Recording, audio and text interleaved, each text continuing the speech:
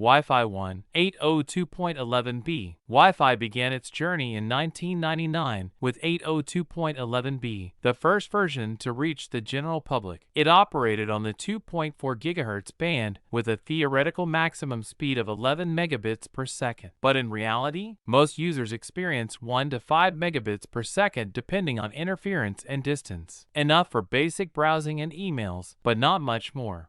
Wi-Fi 2, 802.11a. Also introduced in 1999, 802.11a brought faster speeds by switching to the 5 GHz band. Its theoretical limit was 54 megabits per second, but real-world speeds averaged 20 to 25 megabits per second. However, the higher frequency meant poor penetration through walls, limiting its range indoors. Wi-Fi 3, 802.11g. Wi-Fi 3, or 802.11g, launched in 2003 and struck a balance between speed and range. Still using 2.4 GHz, it offered up to 54 megabits per second on paper. In practice, it delivered around 18 to 22 megabits per second under normal conditions. It quickly became a standard in homes and offices. Wi-Fi 4, 802.11n. With Wi-Fi 4 in 2009, we saw a major leap. This version introduced support for both 2.4 and 5 GHz bands, plus mu-mimo technology. Theoretical speed? Up to 600 megabits per second. But in real use, most people saw 50 to 150 megabits per second, depending on router configuration and number of antennas. Streaming HD content and multi-device use became possible.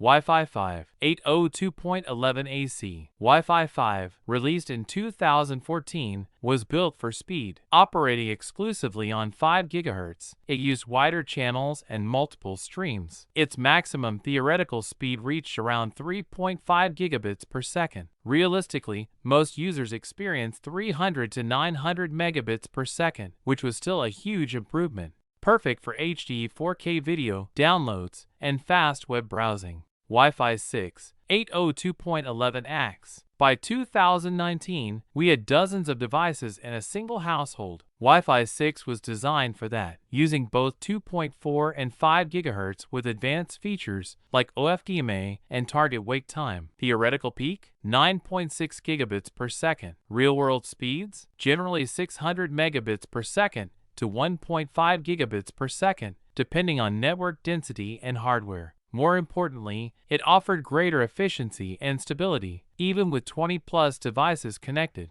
Wi-Fi 6E. Wi-Fi 6E added something new, the 6 GHz band. This opened up additional channels with far less interference. While speeds were similar to Wi-Fi 6, around 1 to 1.5 gigabits per second in real conditions, the added spectrum meant more reliability in crowded areas. Wi-Fi 7, 802.11b. The next leap is Wi-Fi 7, the cutting edge of wireless tech. With 320 MHz channel width for 1096 QAM modulation and multi-link operation, it offers up to 46 gigabits per second theoretically. But in real-world setups, you can expect 2 to 5 gigabits per second, depending on the hardware and spectrum used. This generation is built for ultra-low latency, 8K video, cloud gaming, and beyond.